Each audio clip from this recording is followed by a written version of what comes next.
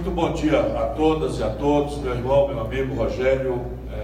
Cumprimento você como líder da Associação Brasileira das Câmaras Municipais e quero agradecer sua gentileza, suas palavras, cumprimentar a todas e a todos aqui, vereadoras e vereadores do nosso querido Brasil, de todos os rincões. E a minha tarefa hoje é conversar consigo sobre essa questão grave do momento brasileiro. Mas eu que sou municipalista, meu pai foi prefeito, eu fui prefeito, meu irmão foi prefeito, a mãe dos meus filhos foi vereadora.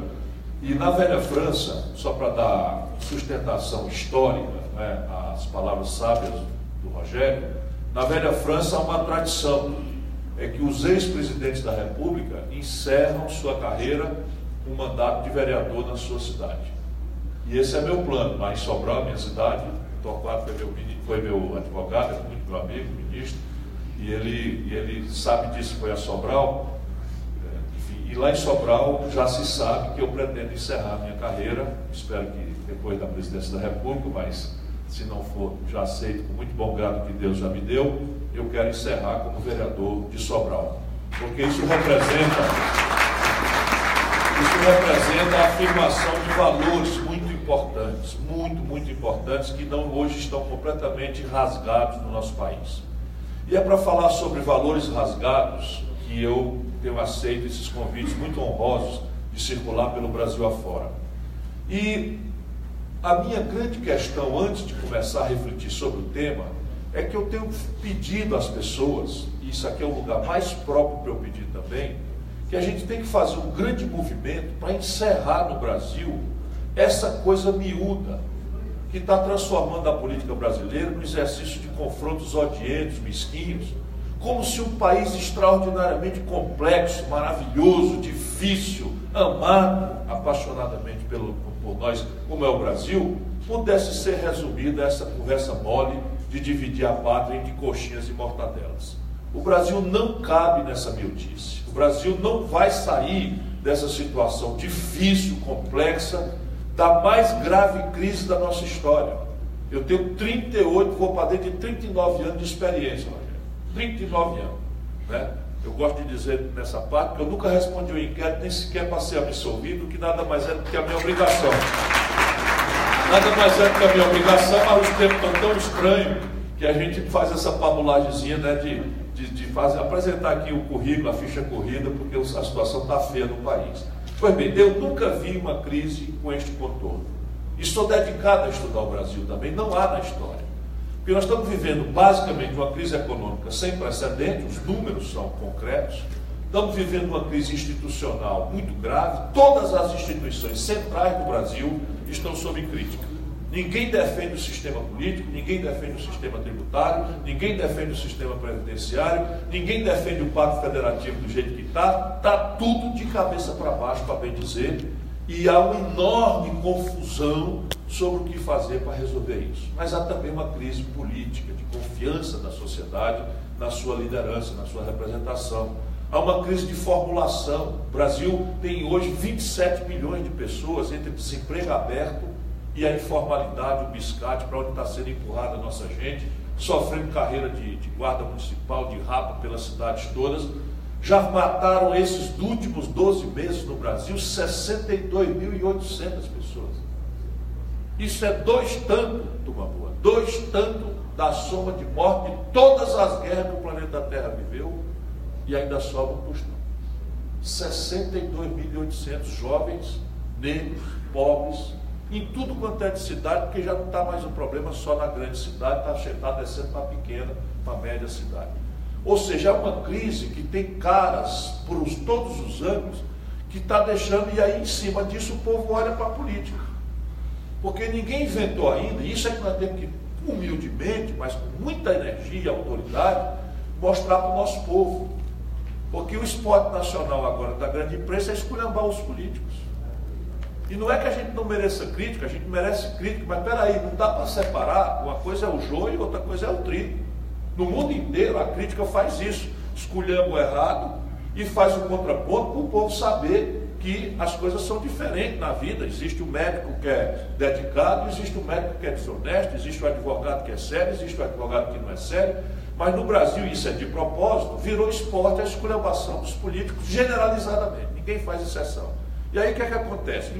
Emprego faltando, violência campeã, o medo de precisar da saúde pública está espetado como espinho no coração do povo, do Oiapoque ao Chuí. E o povo olha para a política.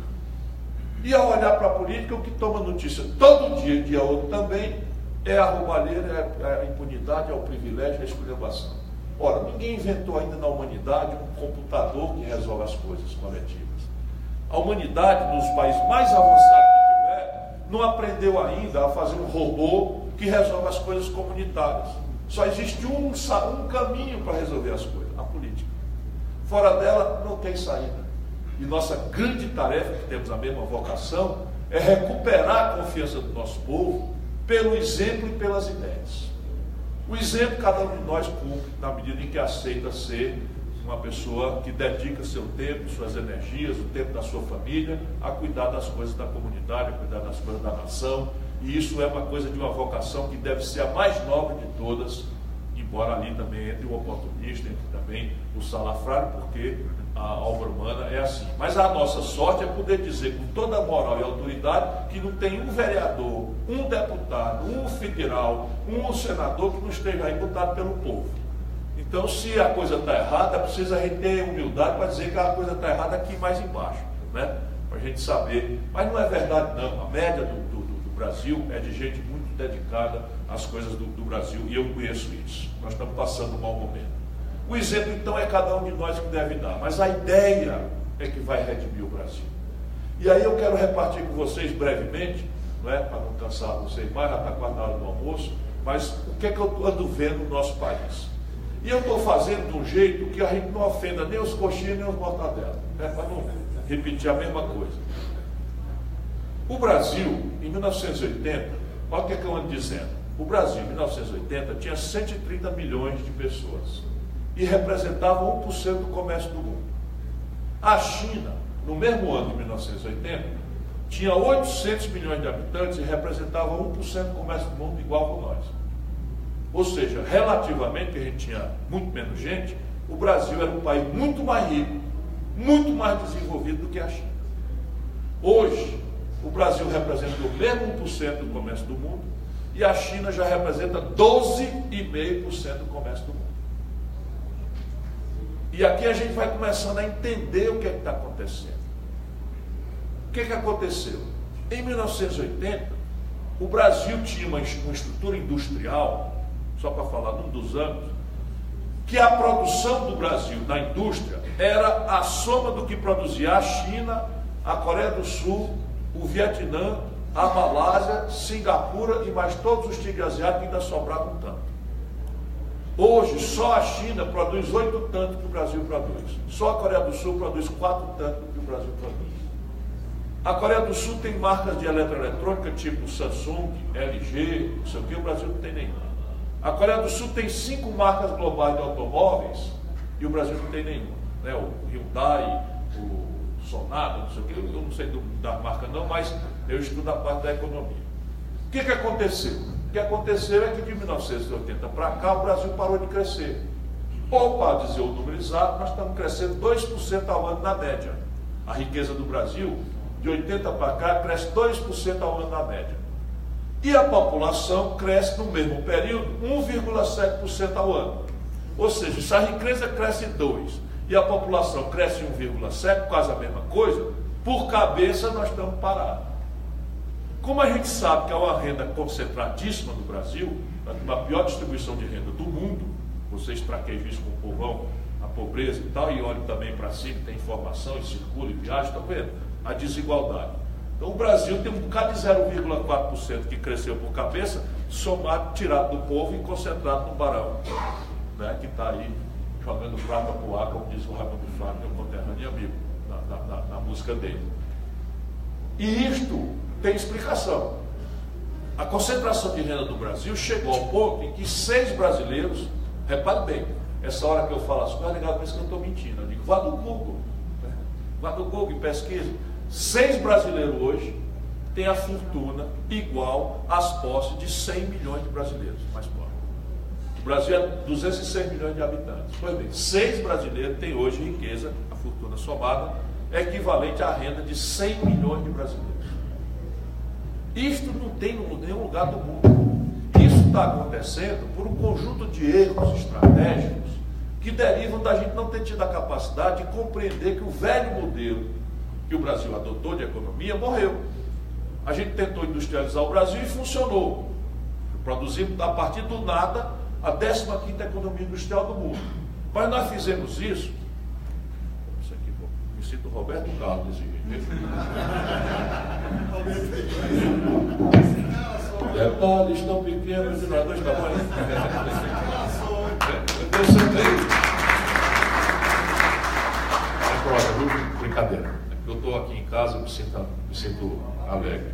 Fechou com o presidente. Mas vou voltar, não tem conversa nenhuma. Isso aqui já está palavrado para o ano que vem. Ano que vem ainda é eleição, mas no outro ano eu volto como presidente, com a faixa zona aqui. É brincadeira, mas eu sei que a estrada é comprida, mas a chance está se alargando também. Vocês vão ver.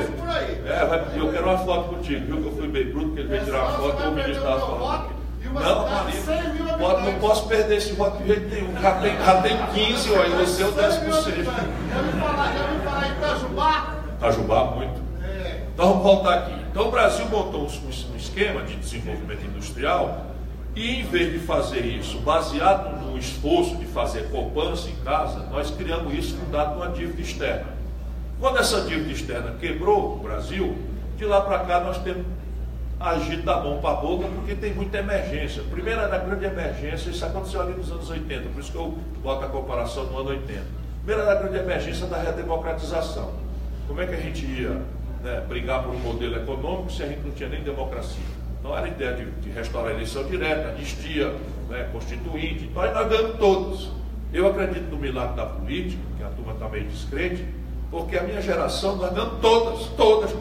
Tiramos o país da situação difícil, que muita gente morreu, foi torturada, foi exilada e tal, parecia que era impossível, e o Brasil celebrou a festa da democracia com muita luta, e foi o milagre que a política produziu.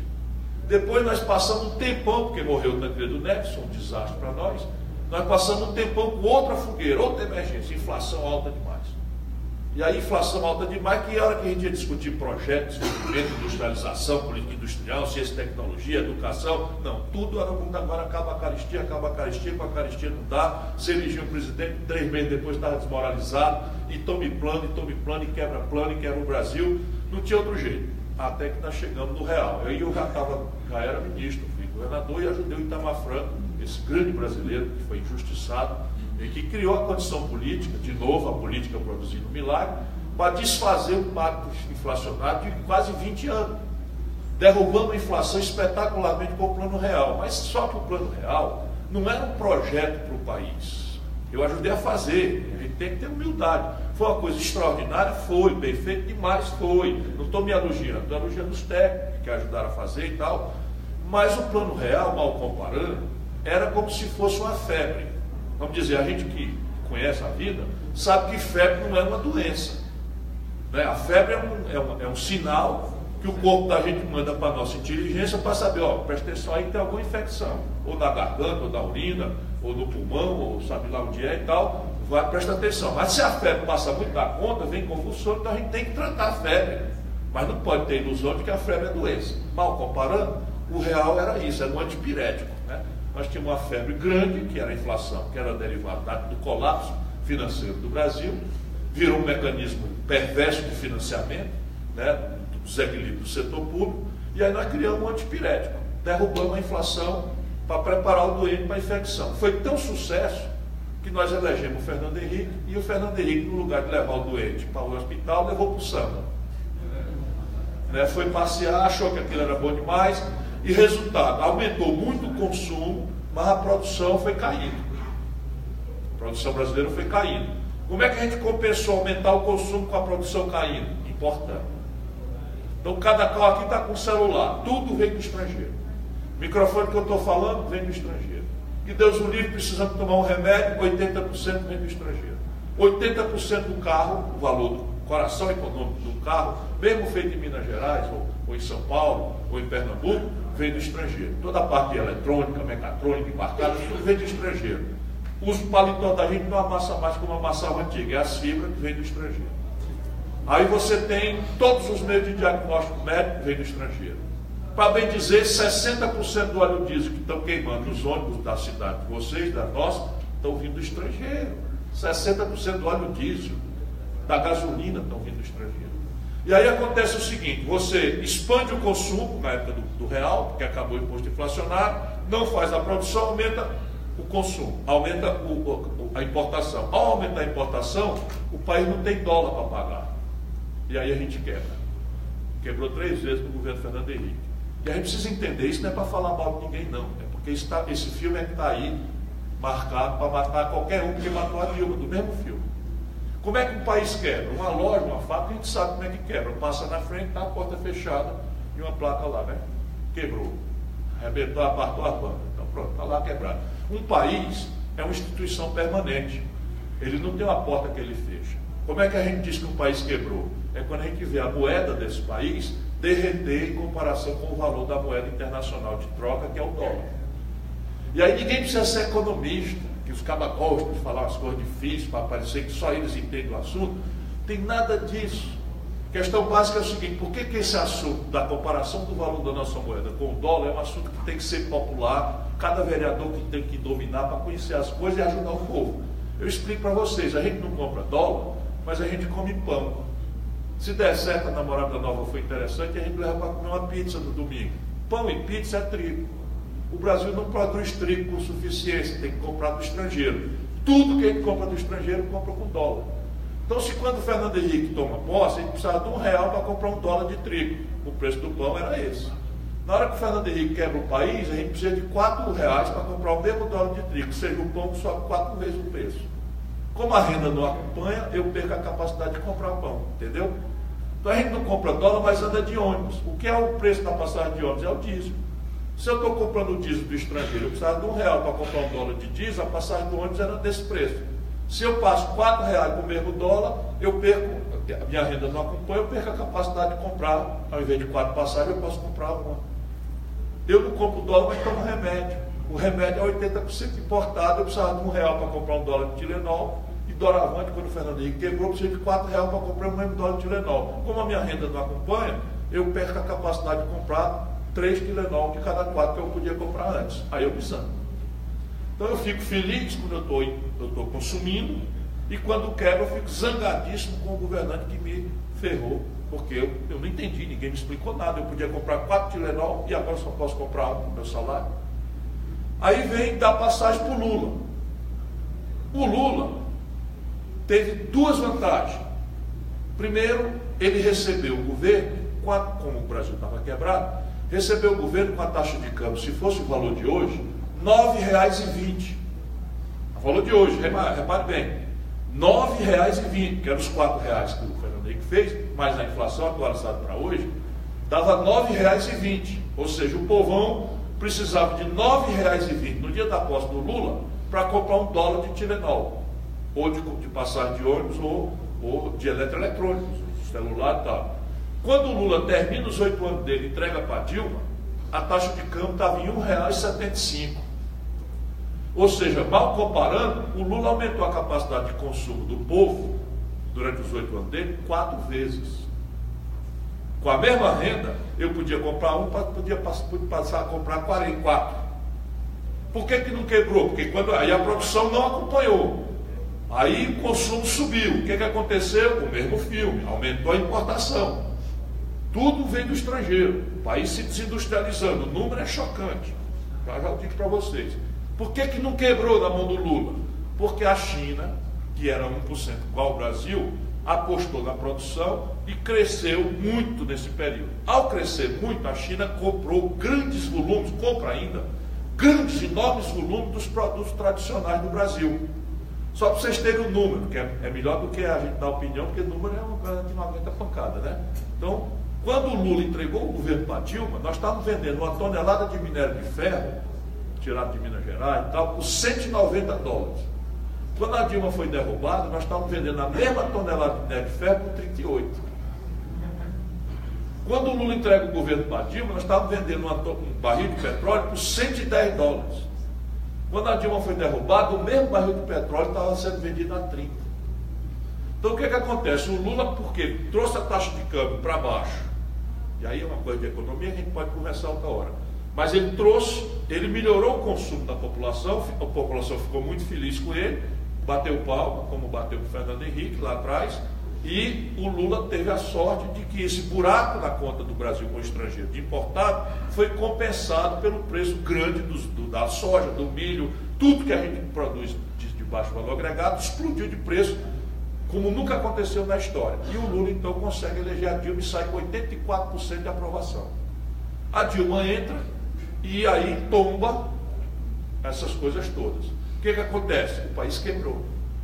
Qual foi o filme? Olha o filme aqui que vocês vão dar uma risada, eu tenho certeza, embora eu não seja o Tiririca. Quer dizer, meu amigo Tiririca e o Tirolipa, que é melhor ainda do que o pai, o menino. O menino é muito engraçado. Mas repare bem, no dia que o Fernando Henrique quebrou o Brasil, o PT criou um movimento fora FHC. E o Lula, que era na época meu amigo, presidente do PT, resolveu fazer um pedido de impeachment do Fernando Henrique. Aí eu disse, Lula, meu irmão, não faça isso, pelo amor de Deus. Remédio para governo ruim não é impeachment. A gente não pode estar com esse esporte de eleger presidente e derrubar. O Brasil, agora, quatro presidentes nós elegemos da redemocratização para cá, derrubando 2. Não tem país que aguente isso. Pode acreditar e fica zangado, mas não pode ter essa solução fácil. E o impeachment é uma coisa muito séria, muito traumática. Então a gente tem que forçar a mão para o governo acertar. Errou, o povo que elegeu paga e escolhe outro depois. É assim que a gente faz democracia. Mas vamos voltar aqui. Lula, pelo amor de Deus, meu irmão, não faça isso. Remédio para governo ruim não é impeachment. Escrevi artigo, o diabo, e o Lula, não, você está com saudade dos teus amigos tucanos, não sei o que, tá bom. Tá bom, um dia desse, um de nós vai para o poder e eles vão fazer a mesma coisa, vão derrubar a gente. Eu escrevi isso, tem artigo escrito na Folha de São Paulo na época, portanto não é profeta de obra feita que está falando aqui não. Porque o mal do Cabo Velho é porque ele já viu as coisas, né? Já conhece o cinema e tal, e eu terei 60 anos com 38 de vida pouco. Então o filme para mim, mas repara a história como é. O Lula, mas o PT faz o movimento fora FHC e apresenta o pedido de impeachment ao então presidente da Câmara, Michel Temer. Vocês acreditam no negócio desse? Michel Temer era o braço direito do Fernando Henrique, presidente da Câmara, e recebe um pedido de impeachment. O que é que ele faz? Se fosse lá no interior do Ceará, ele tinha pegado e espetado um prego lá atrás da porta do banheiro, né? Mas ele joga na lata do lixo e atravessa o Fernando Henrique, mas o povo até hoje não perdoa. Nunca mais o PSDB ganhou uma eleição no Brasil. E não é que o PSDB tem um defeito mortal, não é porque o povo se sentiu enganado, porque comprava 4 e passou a comprar 1 no dia seguinte da reeleição do Fernando Henrique. Vem o tempo, a Dilma faz o quê? Quebra o país. Como é que quebrou? Ela recebeu o dólar a 1,75 e na véspera do dia seguinte que ganhou a eleição, o dólar passou para 4. Resultado, o povão perdeu metade, mais da metade da capacidade de consumir. E aquela festa que era 8 anos de todo mundo está indo, está melhorando, e agora nós vai, meu filho não vai passar o padecimento, a humilhação que eu passei, porque o mundo mudou, o Brasil mudou, virou uma raiva grande, uma decepção grande. Aí o que a negada da política faz? O movimento fora Dilma apresenta o pedido de impeachment, e só que o impeachment agora cai na mão do Eduardo Cunha, que era compincha do Michel Temer, que era o vice, que quem quiser respeite, tudo bem, eu considero que eu conheço todos eles, chefe de quadrilha, morreu. Aí está a situação econômica e política do país. Se isso for verdade, nós precisamos entender o que aconteceu. O que aconteceu? De tanta gente adiar o desenho de um projeto nacional, nós estamos hoje com 3 problemas, cada qual mais grave e cada qual mais forte para dizer que o país não vai crescer. Tem todo um ensouço para dizer que aconteceu a virada, que não sei o que e tal. Não aconteceu nada. O Brasil de 1980 para cá cresce 2% ao ano, nós vamos chegar no ano que vem a crescer 1,5%, ainda abaixo da média. E isso não é crescimento. Repare o que a gente está falando. O Brasil está hoje no nível de atividade econômica do ano 2008. Compreendem? O Brasil está hoje no nível de riqueza que nós produzimos em 2008, ou seja, nós esterilizamos toda uma década por conta dessa crise. E é como mal comparado se você tivesse descido 10 degraus. Você estava subindo a escada, que tem 100 degraus, você subiu 10 e aí desceu 10. E agora você vai subir um, porque o fundo do poço tem uma virtude, acima, abaixo dele não tem nada, só tem que vir para riba e tal. Às vezes tem um alçapão, e tem. O alçapão está aí porque para 18, 19, essa PEC que eles fizeram de contenção de gasto vai ser uma esculhambação que vocês não têm ideia. Parar a universidade, o hospital começar a parar, custeio de SUS começar a dar problema e tal, porque resolveram congelar o gasto com saúde, educação, segurança, numa hora dessa, por 20 anos. Só para vocês terem ideia, o Brasil cresce a garotada 2 milhões por ano de menino e menina. 2 milhões por ano, nós botamos menino e menina, que precisa de matrícula. Se nós estamos dizendo que o gasto está congelado por 20 anos, nós vamos passar 20 anos com 2% de 2 milhões de garotos, 20 vezes 2, 40 milhões de garotos não vão ter direito à matrícula. Vê se pode um negócio desse na cabeça de alguém. É evidente que isso vai ter que ser revogado, mas antes nós vamos padecer muito. Nós vamos ver muito padecimento, muito sofrimento no Brasil, o que quer dizer que não tem crescimento econômico. Esse crescimento está impedido por quê? Porque de tanto juro alto para enfrentar erradamente essa crise, o Brasil está hoje com o maior endividamento das famílias e das empresas. Consulta os eleitores de vocês, 40 milhões de brasileiros estão com o nome negativado do SPC hoje. 40 milhões de compatriotas nossos estão sujos no SPC. Portanto, fora do consumo com crédito. Você tem 100% das empresas de capital aberto que publicam os balanços, são públicos, não conseguiram fazer em caixa no semestre para pagar a parcela do papagaio que venceu no banco. Então você tem um problema que da iniciativa privada e das famílias não vem o investimento. Aí você tem o setor público, vai sair o número agora, estou ouvindo um estudo ali, estou estudando compulsivamente as coisas, baixar o caminho, vai que eu ganho, a pepino vai ser eu que vou ter que resolver, mas não vai ser fácil. Não vai ser fácil, tamanha a complexidade do problema que eles criaram aí. Mas repare, o Brasil está com o menor nível de investimento público da história. A União Federal vai investir 3 centavos de real por cada real do PIB. 3 centavos de real por cada real de 100, de cada 100, não é por cada real. 3 centavos de cada 100 reais. Então nós vamos gastar 3 centavos de cada 100 reais. E isso em cima de Estado, município, porque a arrecadação despencou, o FPM despencou, o ICMS despencou, e não há perspectiva de você reagir a isso de forma expressiva, de maneira a ter consequência na finança pública, no financiamento do setor público, que está com um rombo, esse ano, 12 meses, 160 bilhões de reais. Também é o maior rombo das contas públicas da União Federal, desde sempre na história. Fica a grande mídia toda incensando, com essa merda, não sei o que e tal, mas o fato é que o número não aguenta pancada. Este ano o Brasil vai fechar a conta do ano federal 160 bilhões de reais de déficit, com o menor volume de investimento da história. A partir do ano que vem vai começar a constranger custeio, já não é mais investimento que tende a mais de zero, abaixo de zero como está aí. E por fim, já falei aqui, o Brasil tem um problema, qualquer crescimentozinho aumenta a importação, e ao aumentar a importação pressiona a taxa de câmbio, que por sua vez desvalorizada gera o filme que derrubou o Fernando Henrique, gera o filme que derrubou a Dilma. Se esse diagnóstico for verdade, está aqui o caminho por onde nós temos que exigir dos políticos o debate. Não pode ser Chico contra Manel, resolver o problema da Maria, dizer que agora vai, porque bandido bom é bandido morto, e fazer umas frases bonitas para negar achar bomba de palma. Isso daí, a gente é do ramo. Não estou falando para o povão, que às vezes se ilude demais, não estou falando para a gente que é profissional como eu. Nós precisamos impor aos políticos todos que o debate seja ao redor disto. Inclusive vai ter uma tentação, que vem de fora para dentro do Brasil, de fazer o tema do debate ser negócio de conversa de religião, de moralidade, etc. E isso aqui é um grave perigo para um país como o nosso. Gravíssimo perigo. Por quê? Porque é a hora da gente ensinar os valores da família, os valores da moral, da ética, da religião, da adoração a Deus, é em casa, com os filhos, com a família, com a igreja. A política é o lugar de discutir emprego, salário, educação, saúde, juros, violência, desenvolvimento, tecnologia. E isso é o papel do vereador. Para arrematar. Isso é o papel do vereador. O papel do vereador é forçar de baixo para cima que a estrutura política seja fiel à agenda do povo. E que a discussão não seja de insulto, de ódio, de mildice, mas uma discussão generosa, aberta sobre como resolver essas questões. Porque assim fazendo, o que ganhar pode dar a mão ao que perdeu. A gente não vai fazer o que nós estamos acontecendo. Um caba ganha e o outro se arma para destruir ele. Isso que está destruindo é o país. E nós precisamos mudar isso. Muito obrigado pela sua atenção.